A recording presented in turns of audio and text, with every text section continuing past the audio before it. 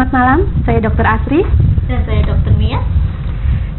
Kami dalam pertanyaan perdana ini kami akan membawakan acara Dr. Inyong. Dan pada acara ini kita akan membahas berbagai macam masalah kesehatan dan juga kesehatan. Dan kami akan menghadirkan beberapa narasumber yang sangat berkompeten di bidangnya, yaitu dokter-dokter spesialis dari Rumah Sakit Ananda, Purwokerto. Acara ini terselenggara atas kerjasama Satelit TV dan Rumah Sakit Ananda, Purwokerto. Nah, pemirsa, malam ini kita akan mengangkat tema tentang antenatal care atau pemeriksaan kehamilan. Di sini makanya kita akan mendatangkan sebenarnya seorang narasumber ya. Oh gitu ya, Dok ya? Iya, tentunya karena membahas tentang kehamilan, kita akan mendatangkan seorang spesialis kandungan.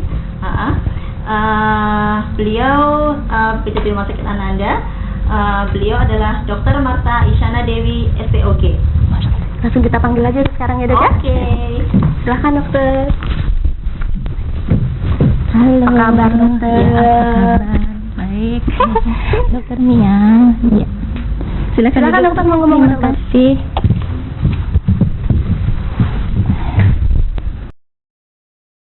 Sehat, Dok? Alhamdulillah sehat. Terima kasih sekali loh, Dok, bisa datang hadir ke sini Ya, setelah kesibukannya ya. Tentunya SPOG sibuk sekali ya, Dok ya. Iya itu ya. Ada operasi. Ya, begitulah. Ya. Terima kasih sekali Iya. Dok, sekali lagi. Iya. Gini, Dok, kita kan di sini kan ibu-ibu muda nih, Dok. Iya. Kita mewakili dari pemirsa semua yang ada di rumah mengenai kehamilan nih, Dok, kehamilan. Jadi mungkin ada beberapa pemirsa di rumah yang mungkin belum terlalu paham bagaimana sih selama kehamilan itu, bagaimana cara untuk pemeriksaannya apa saja, kapan yang harus dilakukan, terus apakah penting sih itu pemeriksaan selama kehamilan. Mungkin yang biasa kita sebut itu antenatal care ya, Dok ya, ANC ya, Dok ya. Betul sekali, antenatal care. Ya. Jadi saya mulai aja ya, Dokter Asri, Dokter Mia ya. Jadi ini saya sangat senang sekali karena saya diundang malam ini ya kan oleh Rumah Sakit Ananda yang bekerja sama dengan Satelit TV untuk mengisi program Dr. Inyong. Menurut saya ya, tema yang disajikan malam ini memang cocok sekali ya, karena mengingat angka kematian ibu ya kan di Banyumas ini pada tahun ini lebih tinggi sudah ini, sampai bulan Oktober ini sudah 10 untuk Banyumas dan 35 yang tercatat di Margono. Jadi iya, jadi sudah cukup banyak. Makanya kita ingin sekali untuk sekedar share ya, supaya kepada ibu-ibu, khususnya ibu-ibu hamil ya kan, kemudian tenaga kesehatan di perifer ya kan, untuk bisa bagaimana caranya membantu ibu-ibu itu dalam kehamilannya sampai proses persalinannya sampai nanti melahirkannya dengan selamat. Itu aja. Biasanya dari kasus-kasus itu gimana, Dok? Biasanya kesalahannya ada di mana nih? Biasanya dari fasilitas pertama atau gimana? Atau dari memang tidak ada Kesadaran mungkin ya, kesadaran dari kesadarannya. Sebenarnya kalau kesalahan itu nggak ada ya. Jadi dalam hal ini tidak ada yang salah ya kan, dimanapun. Hanya mungkin itu tadi, mungkin kata Dokter Asri betul. Jadi kurangnya kesadaran ya kan, kurangnya kesadaran dari masyarakat pada umumnya, dan juga kurangnya pengetahuan mungkin dari tenaga-tenaga kesehatan di perifer ya kan, yang mungkin belum update gitu ya. Jadi mungkin agak sedikit menjelaskan, Dok, mungkin yang dari pemirsa untuk tenaga perifer itu kan mungkin dari seperti bidan di desa, bidan desa kan mereka sebagai garis depan ya. Kemudian tenaga kesehatan di puskesmas apapun itu, bidan, perawat, dokter umum di puskesmas seperti itu, dan yang lain-lain di fasilitas kesehatan tingkat 1 ya. Jadi yang saya maksud di sini, pemeriksaan di sini setiap ibu hamil adalah proses fisiologis memang ya, Dokter Asri, Dokter Mia, dan para pemirsa semua. Memang ada proses yang fisiologis normal, tapi semua itu mengandung risiko, dan risiko itulah yang harus kita tekan. Komplikasi itu yang harus kita tekan seminimal mungkin agar ibu hamil itu dapat bersalin dengan aman dan nyaman sampai menjalani masa nifasnya selama 40 hari. Iya, itu seperti itu. Dengan cara ANC itu ya, Dok? Iya, dengan cara kita dari depan, karena kan kita prinsipnya itu kalau bisa itu promotif ya kan. Jadi di depan, jangan langsung kuratif. Kalau langsung kuratif, aduh rasanya susah ya kan. Soalnya udah parah-parah kalau udah kuratif ya kan. Kalau masih preventif di depan, nah itu kan biasanya dan promotif ya kan. Nah kalau seperti ini kita sedang promotif ini, itu lebih outcome-nya akan lebih baik seperti itu ya. Jadi antenatal care atau pemeriksaan kehamilan itu adalah suatu proses, suatu usaha yang berkaitan dengan pemeriksaan ibu untuk memeriksakan ibu dan janinnya selama ibu itu hamil secara berkala.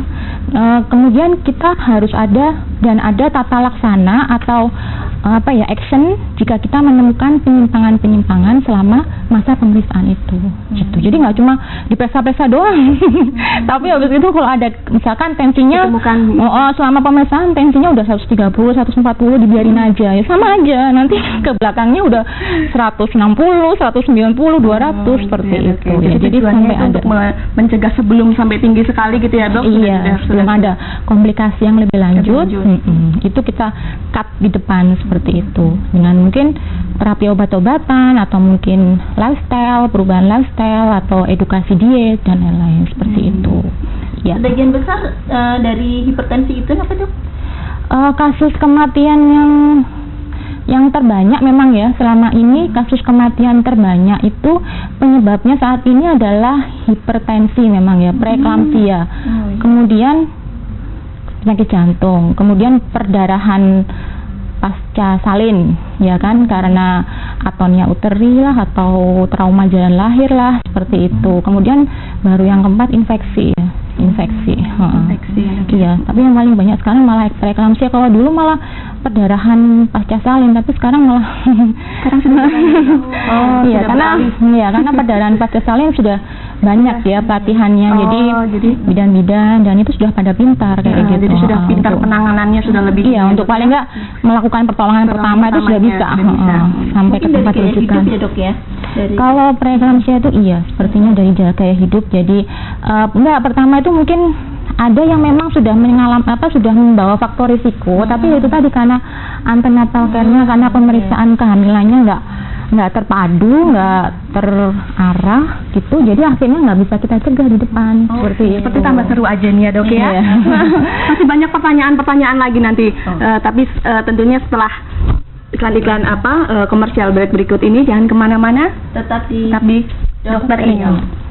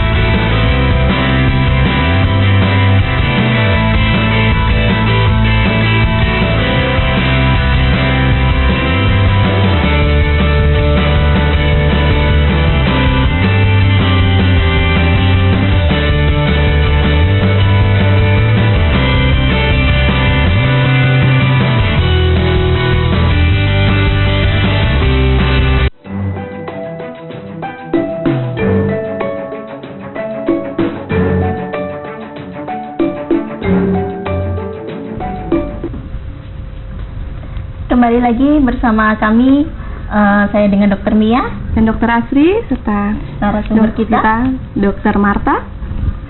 Oke, kita lanjutkan ya pembicaraan kita tadi yang betul sudah seru asik ya. tadi. Oke. Mari. Oke. Kita lanjut lagi deh. Tadi sampai mana ya, Dok ya? Mungkin tadi ini, Dok. Tujuannya AMC itu apa, Dok? Ya, kalau tujuannya itu terutama adalah untuk memberikan edukasi.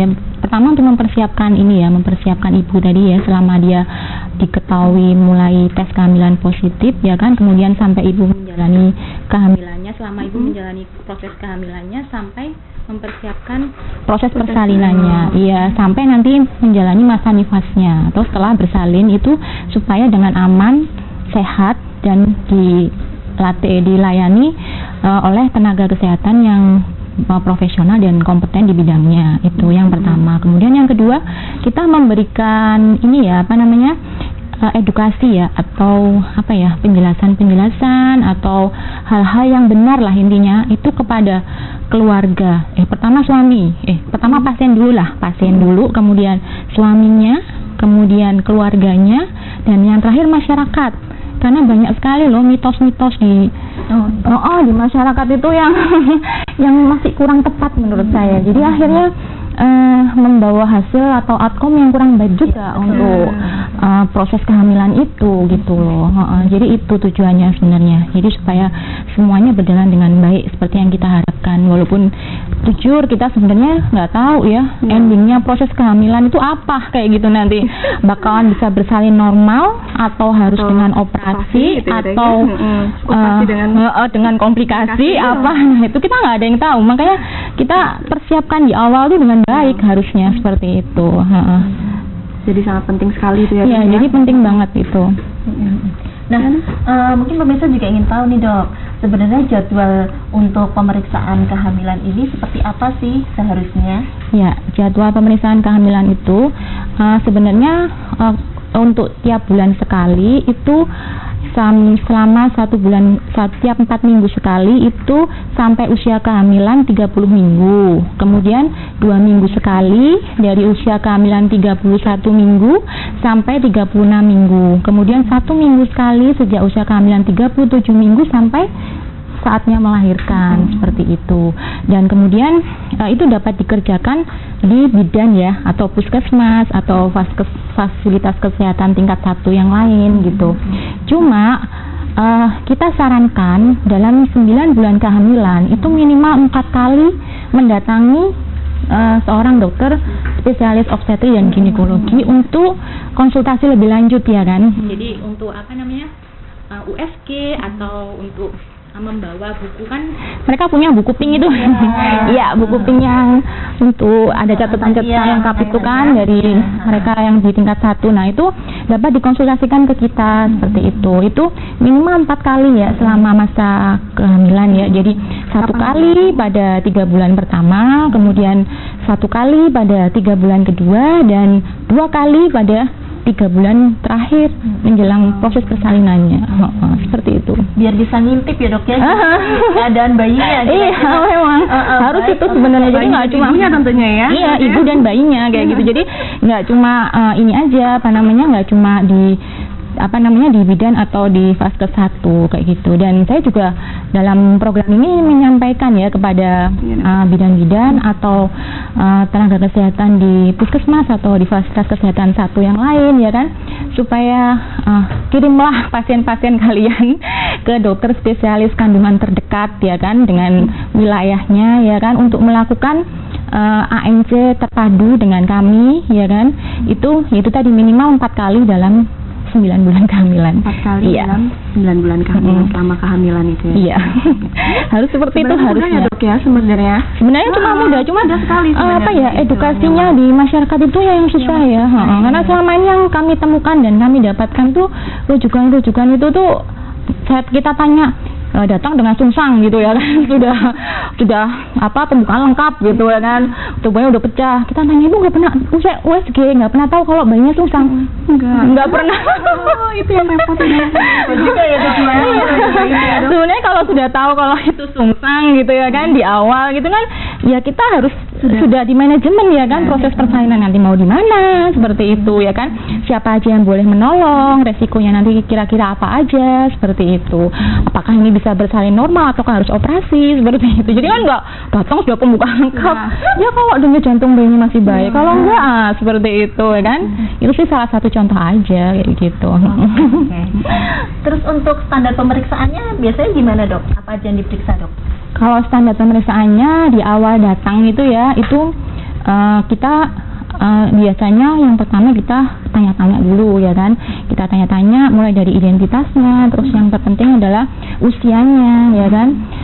Kemudian riwayat kehamilan sekarang, pertama keluhannya dulu ya, setelah identitas dan usianya, keluhannya pada saat dia datang, dia mempunyai keluhan apa yang menonjol seperti itu. Kemudian riwayat kehamilannya yang sekarang, riwayat kehamilannya yang terdahulu, seandainya ini bukan kehamilan pertama ya kan. Terus apa itu namanya, riwayat pernikahannya, riwayat hari pertama, hari terakhirnya gitu. Terus riwayat penyakit, nah ini yang penting, riwayat penyakit keluarganya atau riwayat penyakit terdahulunya, itu yang penting ya kan. Saya kalau misalkan si ibu ini udah punya riwayat misalkan asma, riwayat sakit jantung misalkan, atau riwayat hipertensi atau riwayat kencing manis kayak gitu, baik dia maupun keluarganya kayak gitu, itu berarti kan harus hati-hati ini di kehamilannya yang sekarang gitu kan. Iya karena sudah ada faktor resikonya gitu. Jadi kita memanajemennya bukan hanya sebagai kehamilan biasa gitu. Kalau bisa kita bilang kehamilan yang luar biasa. Penanganan khusus ya. Gitu. Jadi intinya kan perlu hal-hal yang tadinya nggak perlu dikerjakan, kalau di ibu-ibu yang ini perlulah kita kerjain kayak gitu. Nah, intinya seperti itu. Jadi segeralah kirimlah ke kami kayak gitu ya kan. Banyak sekarang dokter kandungan di Purwokerto dan Banyumas ini. Jadi nggak ada alasan gitu kan untuk kekurangan dokter kandungan seperti itu. Ya itu sih yang terpenting, riwayat penyakit itu. Kemudian dok, saya menanyakan juga untuk berat badan itu gimana dok?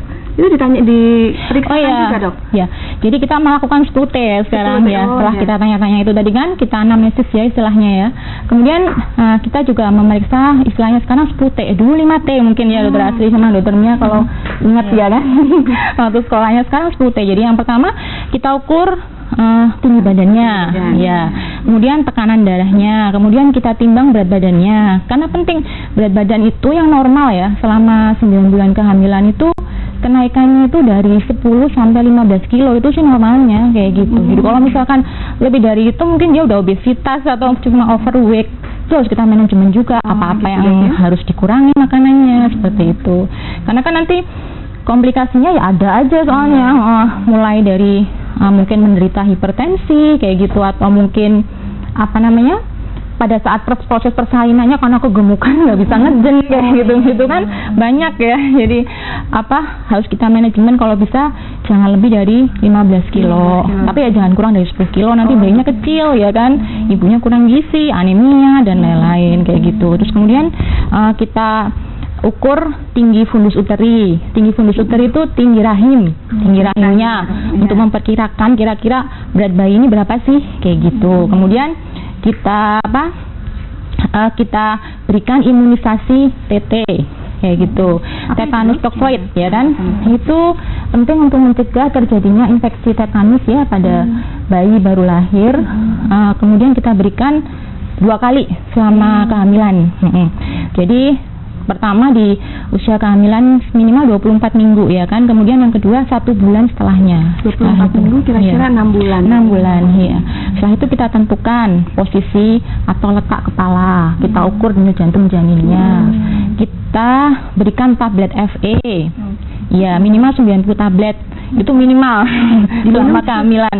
Setiap hari selama kehamilan kayak itu gitu. Bisa didapat di fasilitas di mana aja bisa. Sekarang itu gratis obatnya. Jadi nggak ada alasan untuk tidak. Kalau itu kata gratis cepat kita. Jadi nggak ada alasan untuk nggak minum, sama sekali nggak ada alasan. Kayak gitu. Kemudian kita tata laksana apa penyimpangan apa yang kita temukan ya kan, faktor-faktor risiko apa yang kita temukan. Kemudian kita lakukan temu wicara atau konseling, tadi saya bilang, ke pasiennya, suaminya, keluarganya, atau masyarakatnya tentang tentang kondisi kehamilannya sekarang, proses persalinan yang akan dijalani nanti kira-kira bagaimana, di mana, dengan siapa, kemudian konseling KB-nya juga. KB pasca salinnya. Iya, harus itu. Wajib itu. Nggak boleh. Itu program dari Dinkes, dari pemerintah. Melahirkan hamil lagi gitu ya. Iya, takutnya terlalu. Itu nanti kita harus menghindari 4T ya kan. Jadi terlalu dekat, terlalu banyak anak ya kan, terlalu dekat jarak anaknya, terlalu tua ibunya, terlalu muda ibunya. Oke deh. Jadi itu kita lanjut lagi nanti. Jangan kemana-mana, tetap di Dokter Inyong.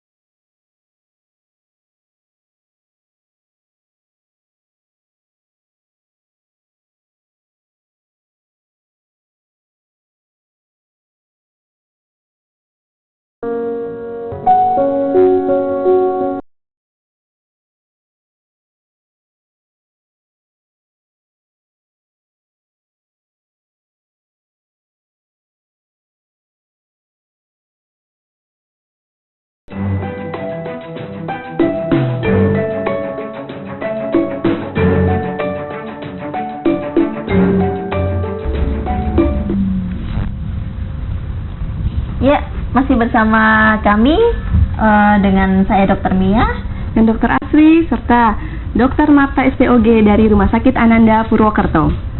Ya, kita lanjutkan perbincangan kita dengan Dr. Marta. Bagi pemirsa mungkin yang ingin bertanya atau mungkin berbincang-bincang mengenai masalah kehamilannya dan ingin mengetahui lebih banyak lagi mengenai ANC, silahkan bisa menghubungi kami di nomor telepon yang ada di layar kaca Anda. Ya. Mungkin kita lanjutkan dulu ya, Dok, ya. Sambil nunggu ada yang nelpon. Ini tadi kan Dokter Marta sempat membahas nih bahwa ada 4 kunjungan ya. Nah, itu 4 kunjungan itu apa aja nih, Dok? Yang pertama apa gitu, yang kedua apa urutannya itu gimana ya? Yang akan kita kerjain ya kan? Kalau lagi kami ya kan, ke kita ya. Ya, kunjungan pertama itu kan otomatis masih di awal-awal kehamilan ya, di 3 bulan pertama. Tadi saya bilang itu kalau bisa itu kita akan mengerjakan USG ya kan. Pertama kita akan menggali dari itu faktor risiko dari si ibu ya kan, dari keluarganya. Setelah itu kita kerjakan USG untuk menilai apakah ibu ini benar-benar hamil atau enggak kayak gitu ya kan. PPTS-nya positif, beneran positif apa enggak gitu. Setelah itu kalau misalkan oke, hamil gitu. Kalau ini kehamilannya di dalam rahim atau kehamilan yang di luar rahim gitu. Itu kita pastikan di awal seperti itu. Kemudian setelah itu kita tentukan usia kehamilannya. Dengan USG itu kita bandingkan dengan yang kita dapatkan dari USG, maksud saya itu kita bandingkan dengan usia kehamilan yang dihitung dari hari pertama, hari terakhirnya yang sudah dari Bu Bidan itu tadi. Mungkin saya agak sedikit mau menanyakan nih, Dok. Mungkin dari pemirsa masih banyak yang bingung hari pertama, hari terakhir. Mungkin banyak yang berpendapat bahwa itu setelah mensnya habis bersih dihitungnya dari situ atau dari keluarnya mungkin banyak. Nah, itu banyak yang mungkin keliru ya. Yang keliru itu sepertinya, Dok. Jadi akhirnya kacau usia kehamilannya. Karena itu kacau di depan. Usia kehamilan ya, Dok ya. Jadi yang betul itu adalah hari pertama, haidnya yang terakhir. Jadi misalkan ini bulan Oktober nih, ibu udah nggak haid ibunya, pastinya udah nggak haid bulan Oktober ini. Haidnya terakhir dapatnya bulan September kemarin, dan ternyata di tanggal 7 misalkan, 7 September selesai tanggal 14. Berarti yang kita ambil, yang kita buat perhitungan itu adalah 7 September. Iya, Oh, jadi seperti waktu itu. pertama kali keluar Baru pertama haidnya kali itu ya, Dok, keluarnya, ya? bukan Iya. selesainya. Lalu seperti bagaimana dok itu. kalau yang pasien-pasien yang mungkin yang agak lupa gitu? Nah, Maksudnya ya. ada Banyak saya juga Oh, banyak banget. Banyak pakai banget. Suka lupa nggak? Banyak Gimana, kalau Dok, ditanya, solusinya, Dok? aduh saya lupa dok, nggak tahu saya gitu kan banyak. Nah kalau yang kasus-kasus yang seperti ini kan biasanya mereka datang tuh ke bidan dulu tuh, ya kan, atau ke puskesmas dulu, ya kan, atau mungkin ke waskes satu yang lain gitu. Ya segeralah beliau-beliau ini memberikan saran untuk melakukan USG sesegera mungkin dengan kami para spesialis kandungan, supaya kita bisa menentukan usia kehamilannya sedini mungkin dan menentukan HPL-nya berdasarkan dari usia kehamilan yang kita dapatkan. Karena sedini mungkin kita melakukan pemeriksaan USG itu semakin akurat untuk usia kehamilan yang kita dapatkan dan perkiraan taksiran hari kelahirannya. Iya, seperti itu. Jadi jangan lupa terus dikira-kira sendiri sama bidannya. Nanti salah-salah ya kalau di tengah-tengah proses kehamilannya ini nggak ada komplikasi, ya kan, misalkan ternyata tiba-tiba pecah ketuban tuh di tengah-tengah proses kehamilannya gitu kan, terus lupa pikir masih ini 36 ya usia kehamilan cukup bulan apa kurang bulan. Nah itu kan beda sudah ininya, apa namanya, penanganannya maksudnya beda gitu. Makanya penting untuk dating ya istilahnya, menentukan usia kehamilan di awal. Nah, itu kita kerjakan di kunjungan pertama biasanya. Kemudian kalau di kunjungan kedua, kita melanjutkan dari kunjungan pertama, kita tanya keluhannya pada saat itu. Nah, kita tanya keluhannya pada saat itu. Kemudian Oke. Kakak sepertinya ada telepon masuk ini dok. iya, oke, kita jawab dulu.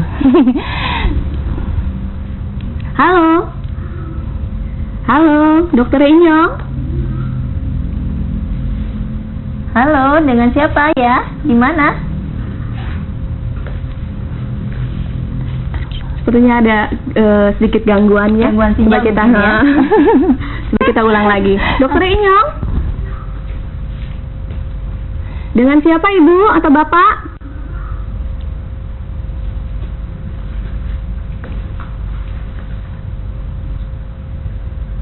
Dokter Inyong.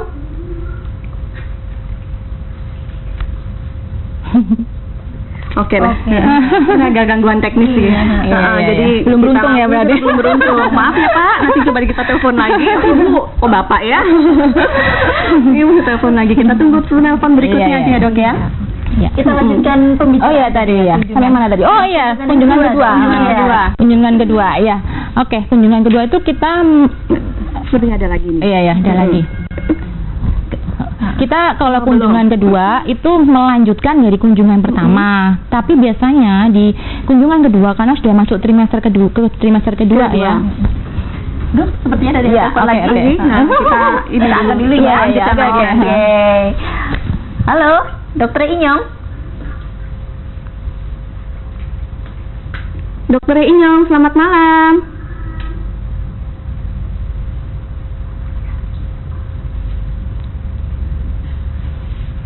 Halo.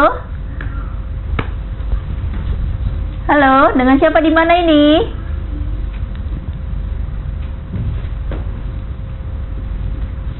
Sepertinya belum Oke, ya. iya. Belum beruntung lagi ini ya. Mungkin lagi mendung apa ya? Teleponnya harus sambil diangkat-angkat ini. Cari sinyal. Saya pakai HP.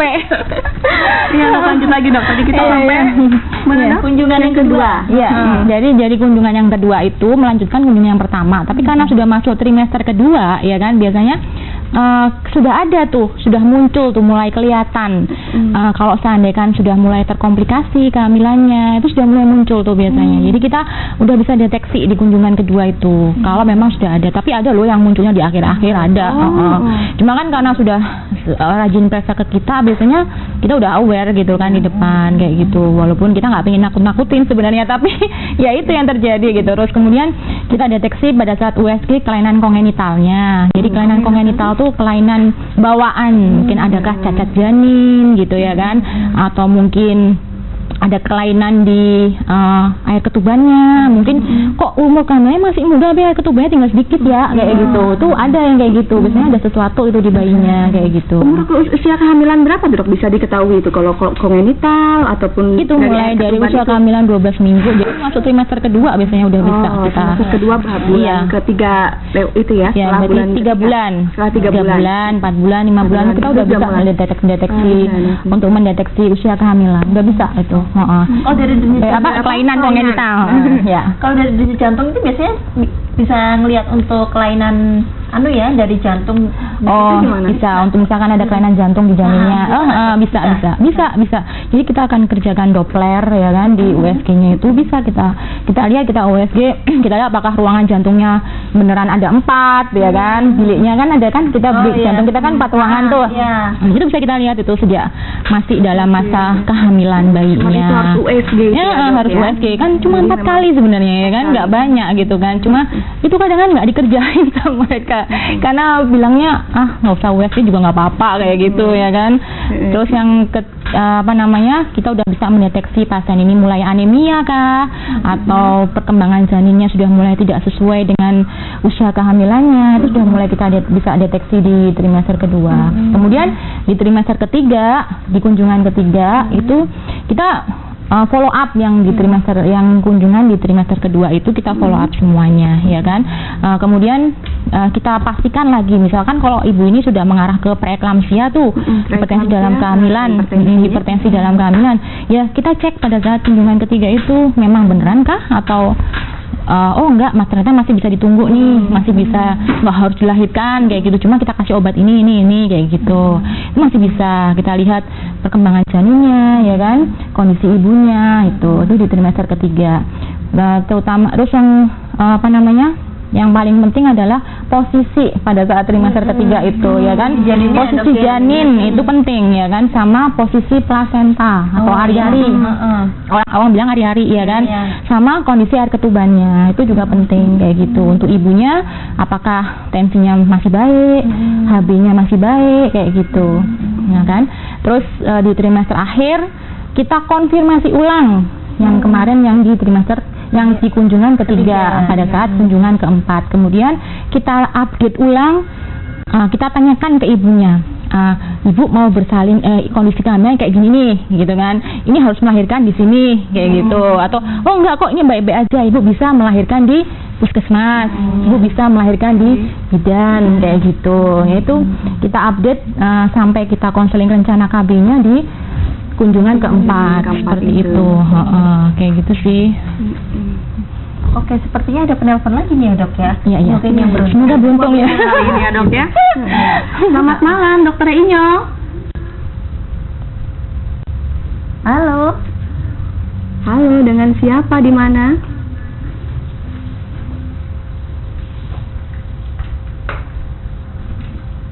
Halo. Oke lah. Putus lagi. Emang ini. Di luar hujan ya. Iya. Aduh. Iya. Kita lanjutkan lagi ya. Oke. Sebenarnya kita komersial break dulu ya Dok ya. Oke. Jangan kemana-mana, tetap di Dokter Inyong.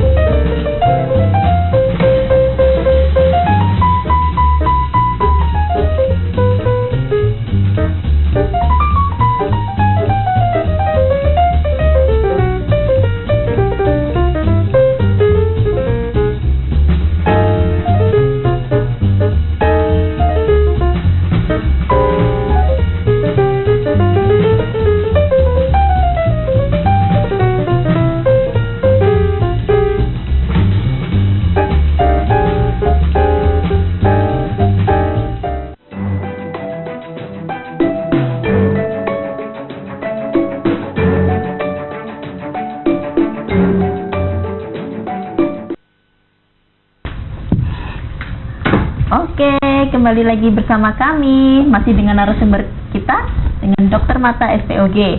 Dari Rumah Sakit Ananda Purwokerto. Oke, mungkin saya ingin mengingatkan apabila pemirsa ingin berinteraksi langsung dengan Dokter Marta, monggo bisa langsung menghubungi nomor yang ada di layar kaca kita. Oke, kita lanjutkan dulu ya. Tadi masih belum selesai nih. Tadi sampai ini ya dok ya, pada kunjungan. Iya, mungkin untuk kita pengen tahu nih gejala-gejalanya biasanya apa aja sih dok? Yang harus dihindari, yang harus diwaspadai maksudnya. Oh iya, jadi gejala-gejala yang tanda-tanda yang harus kita waspadai ya, tanda-tanda bahaya ya. Kalau misalkan sama proses kehamilan itu, kayaknya ada yang nelpon lagi nih. Oh iya, kita terima dulu ya dok ya. Halo, Dokter Inyong. Iya, halo. Iya, selamat malam. Dengan Ibu siapa di mana? Ibu Ira di Rawalo. Iya. Ibu Ira di Rawalo. Iya. Ibu, monggo Ibu mau bertanya apa kepada Dokter Marta SPOG?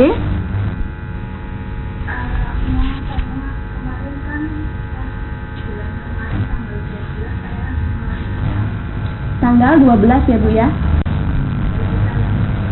Ya?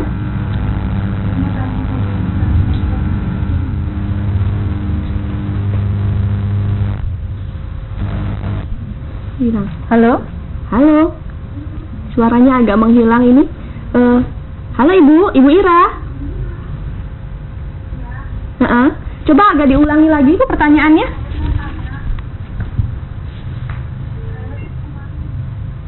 Hilang lagi ini.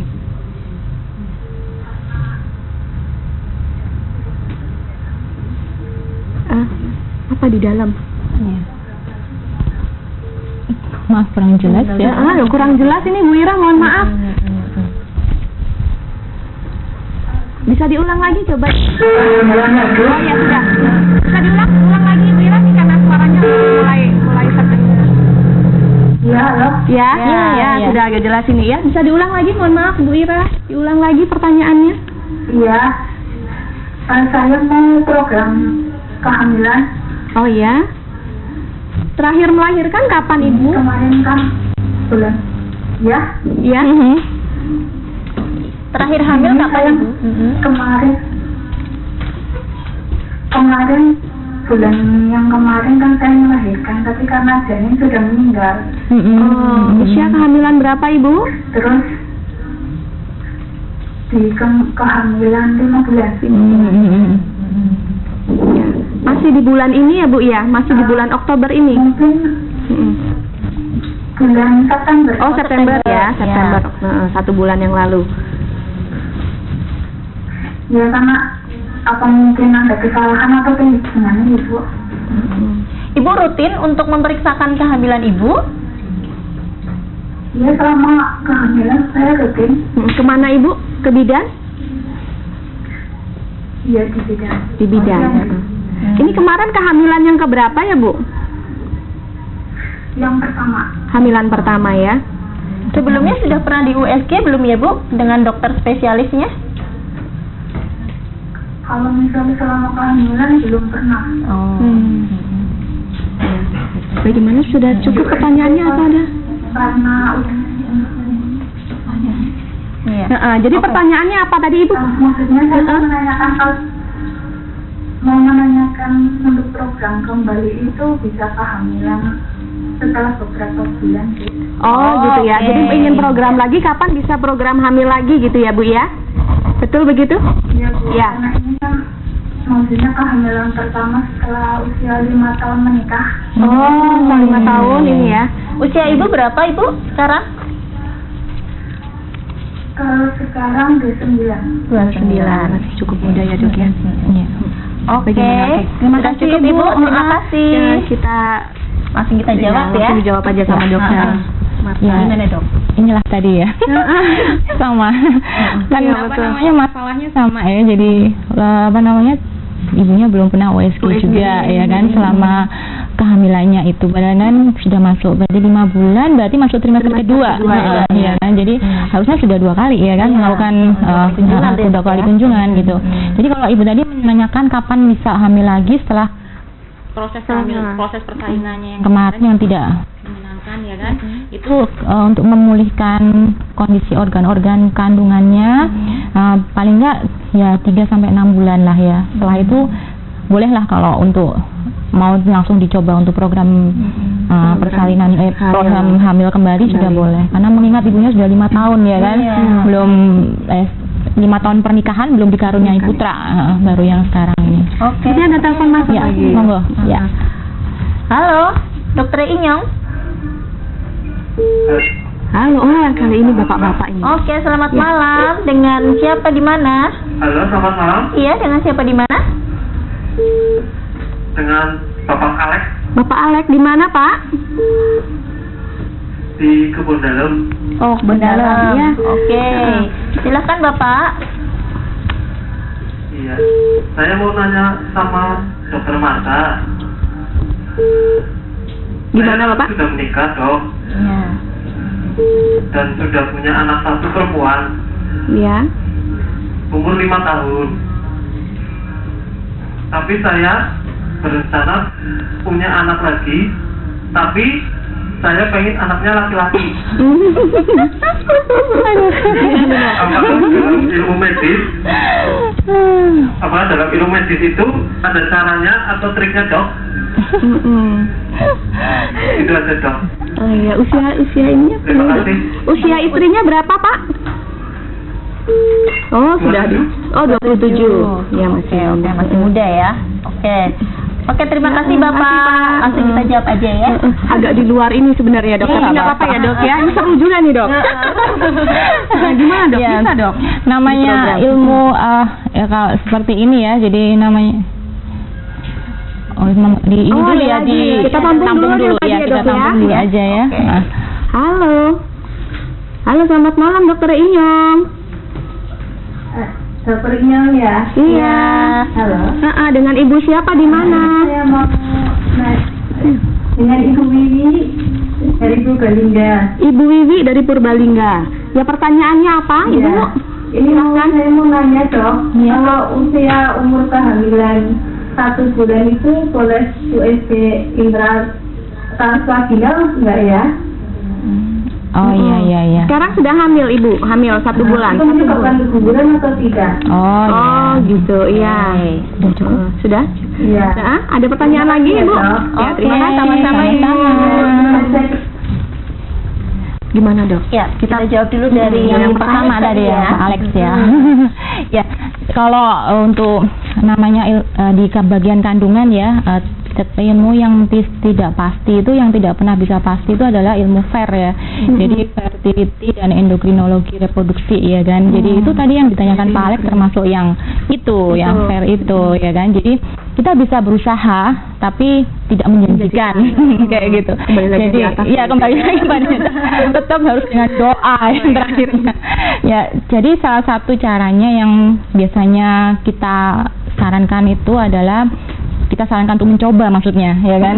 Itu berhubungannya itu dikerjakan pada saat masa subur, masa subur ya kan, pada saat masa subur. Jadi kalau istrinya itu haidnya teratur ya kan, jadi siklus yang 28 sampai 30 hari itu biasanya masa suburnya ada di hari ke-14, kita itu +-2 ya. Jadi kurangi 2 ditambah 2, jadi 12 sampai hari ke-16 ya. Biasanya kita kerjakan dari haid di hari pertama itu. keluar ya, Dok. Kembali Iya. lagi kita itu ya, dari haid pertama keluar. Ya, terus kemudian yang kedua dari asupan nutrisinya mungkin ya kan.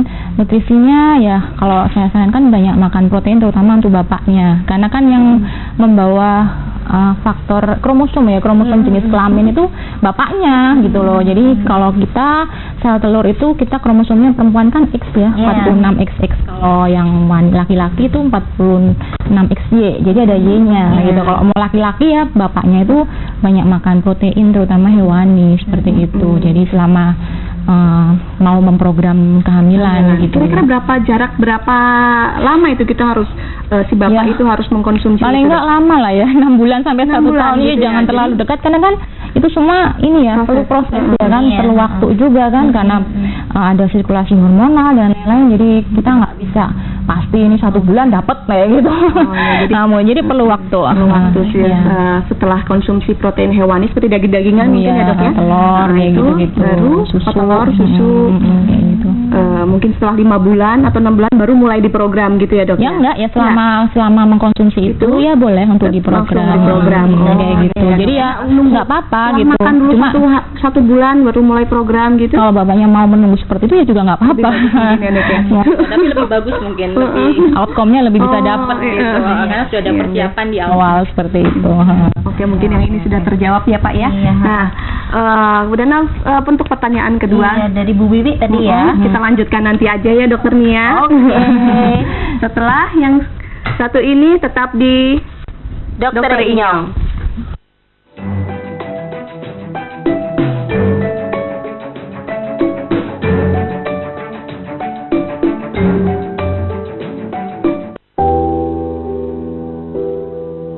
Dosa atau maksiat yang kita kerjakan itu adalah langsung bersinggungan kepada Allah Subhanahu wa taala. Nyalahkan Allah Subhanahu wa taala, tidak bersyukur kepada Allah, maka Allah mengancam jika Allah Subhanahu wa taala mencintai seorang hamba, maka Allah pasti akan memuliakan umat Islam, memuliakan umat Nabi Muhammad. Allah, siksaan Allah itu perih rasanya. Melandaskan Islam dalam menjalani kehidupan adalah semata mengharap ridho Allah. Hajat-hajat saudaranya, maka Rasulullah berjanji Allah akan menjamin mencukupi seluruh kebutuhan. Logika kita bertanya, kenapa? Inspirasi Islam hanya di Satelit TV.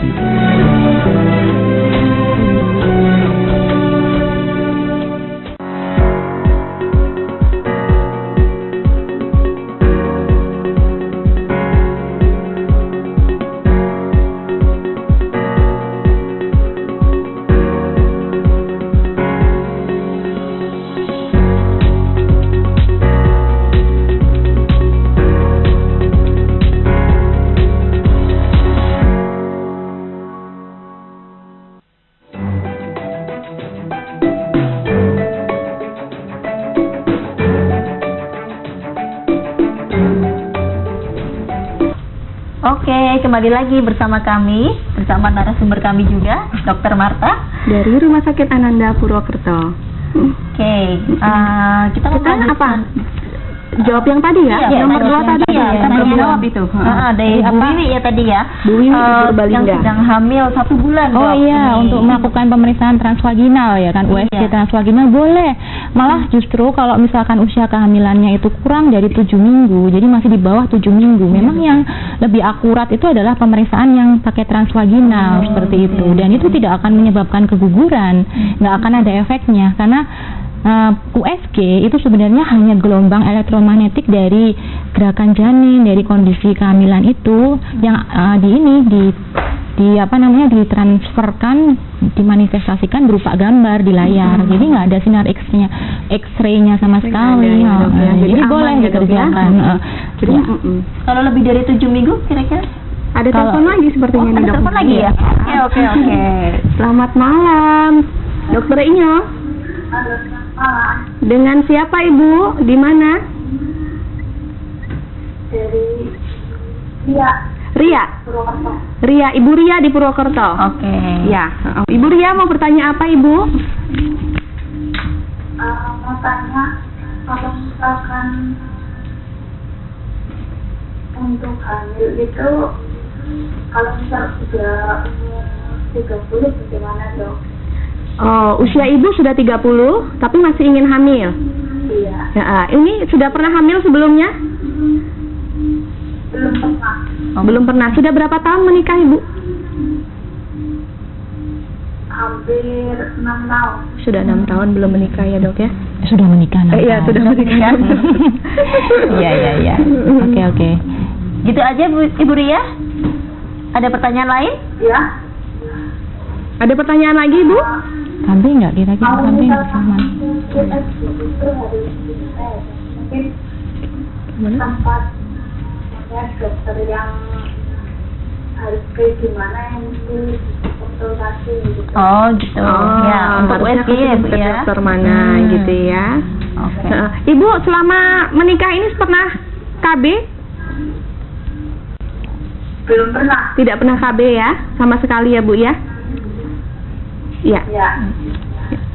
Mungkin cukup Ya, ya, Dok. terima kasih, Terima Bu. kasih. Mungkin mau langsung dijawab aja ya. Kita jawab yang kedua tadi itu belum sudah. Oh, Ya. Saya jadi lupa gini. Udah malam Dokter Asri. Terlalu semangat. Iya, iya. Ya, ini untuk pertanyaan yang ketiga ini ya. Ini apa namanya?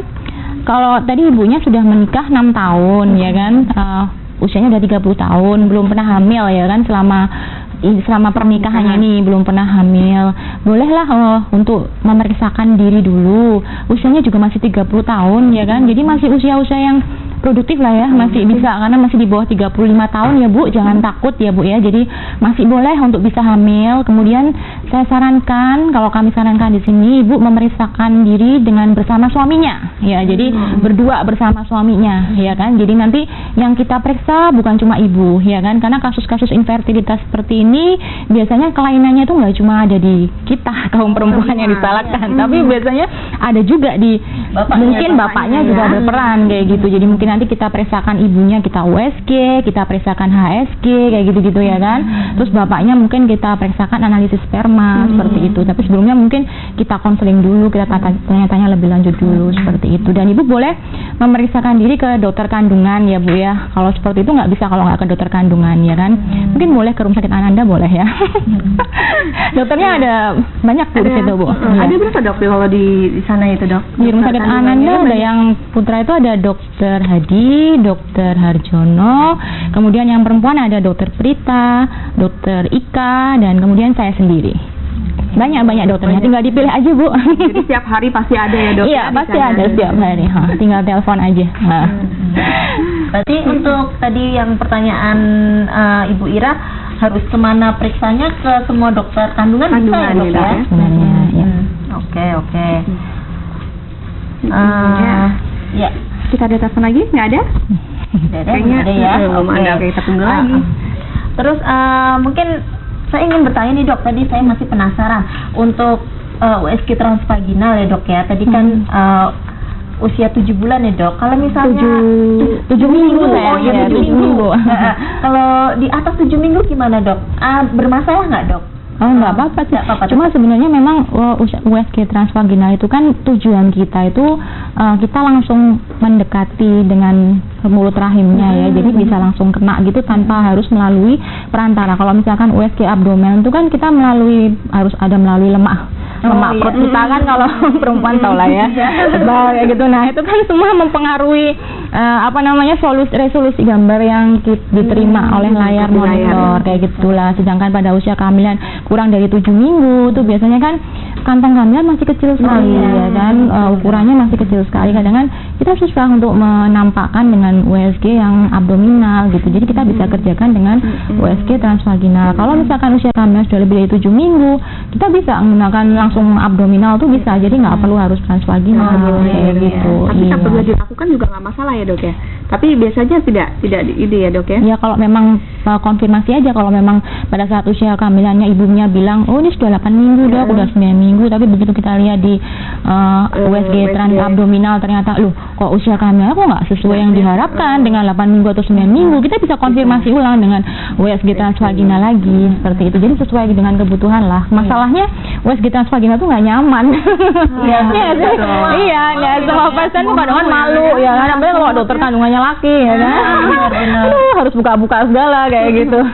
Gitu sih. Tapi keakuratannya lebih baik kalau untuk usia kehamilan di bawah 7 minggu seperti itu. Ya. Iya, mungkin saya mau tanya juga nih Dok, usia kehamilan berapa sih janin itu bisa diketahui jenis kelaminnya Dok? Kalau jenis kelamin itu yang tampak itu biasanya pada usia kehamilan 7 bulan itu tampak banget, tapi itu pun 7 tergantung bulan, ya? dari posisi posisi janinnya. Kalau misalkan dia lagi nggak mau dilihat, kakinya nutup begini ya, mbok sampai usia kehamilan 9 bulan ya nggak bisa kelihatan. Ngumpet ya dok ya. Ngumpet dia. Mungkin bisa kita ini dengan 4D mungkin bisa kita cari ya, tapi itu pun kalau misalkan kakinya dia nutup banget seperti ini ya nggak bisa lihat kita tetap aja. Jadi kalau sebelum USG bisa mau tahu jenis kelaminnya seperti apa, diajak ngomong dulu aja dedenya. Kelihatan deh gitu ya. Tapi mulai usia kehamilan 7 bulan sudah bisa dilihat ya. Seru sekali sepertinya ya kita ini perbincangan kali ini ya. Sebenarnya 1 jam nih kurang, kita harus 3 jam ini di sini. Oke, jadi ternyata pemeriksaan ANC ini sangat penting sekali ya dok nih ya. Dan minimal ini dilakukan sebanyak 4 kali selama masa kehamilan. 1 kali pada trimester pertama, 1 kali pada trimester kedua, dan 2 kali pada trimester ketiga. Iya, jadi pemeriksaan ANC ini untuk menghindari komplikasi dan mengetahui secara dini komplikasi-komplikasi yang ada, dan untuk merencanakan persalinan dan saat nifasnya juga, serta juga, untuk KB-nya untuk ya. Oke. Ya. Sepertinya waktu kita sudah habis ya. Sebenarnya kita terima kasih sekali dok sama-sama. Saya juga terima kasih sekali di sini. Dan jangan khawatir pemirsa, minggu depan kita akan hadir lagi di jam yang sama dan di satelit yang sama, Satelit TV bersama dokter-dokter Rumah Sakit Ananda Purwokerto. Akhir kata kita pamit undur diri. Saya Dr. Mia, saya Dr. Asri, dan juga narasumber kita Dr. Marta Isyana Dewi SPOG. Kami undur diri. Selamat malam. Sampai ketemu minggu depan. Ya. Tetap di Dr. Inyong bersama Rumah Sakit Ananda. Sehat selalu.